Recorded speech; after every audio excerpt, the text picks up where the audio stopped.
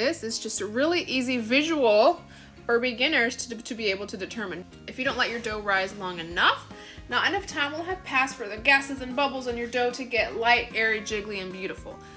And you will just end up with just this flat, kind of gummy loaf, no matter how long you bake it for.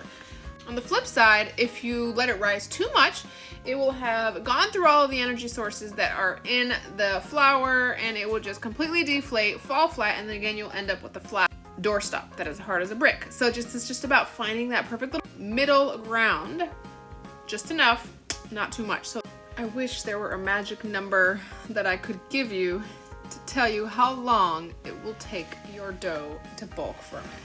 Truth is, there is no magic number. Depending on the temperature, depending on the humidity, depending on the strength of your starter, so many different factors will determine how fast your dough will rise, and it is the hardest part for beginners to understand, but it's really a make it or break it step to learn. Mine typically takes, in the summer here in Florida, somewhere between 5 to 5.5 hours from the moment that I mix my starter in my dough till it's time to shape it and get it in the fridge for a long cold ferment. It's best to rely on visual cues, not the clock. And let it ferment in a clear-sided, straight-sided container. They have Cambro containers. You can use one of these if you want to. Clear-sided, that way you can see what's going on. You can mark it when it starts, and you can see that it has visibly risen by a certain percent. Your dough should have risen somewhere between 30 to 50%. That's why it's important to use a straight-sided container. Don't follow my example. I just did it in my mixer.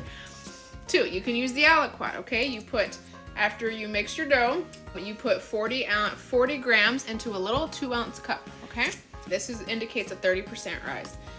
But I don't want you to solely rely on this, because if you do, this will end up as a clutch, and then you'll still really never learn how to tell because you're just looking at this. It should be jiggly like Jell-O.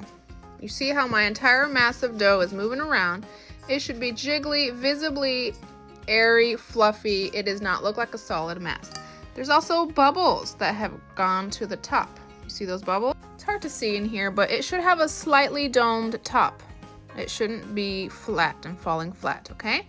Next, I'm gonna try to gently pull away the dough from the sides of the bowl. And you see how it's just kind of pulling away without getting too stuck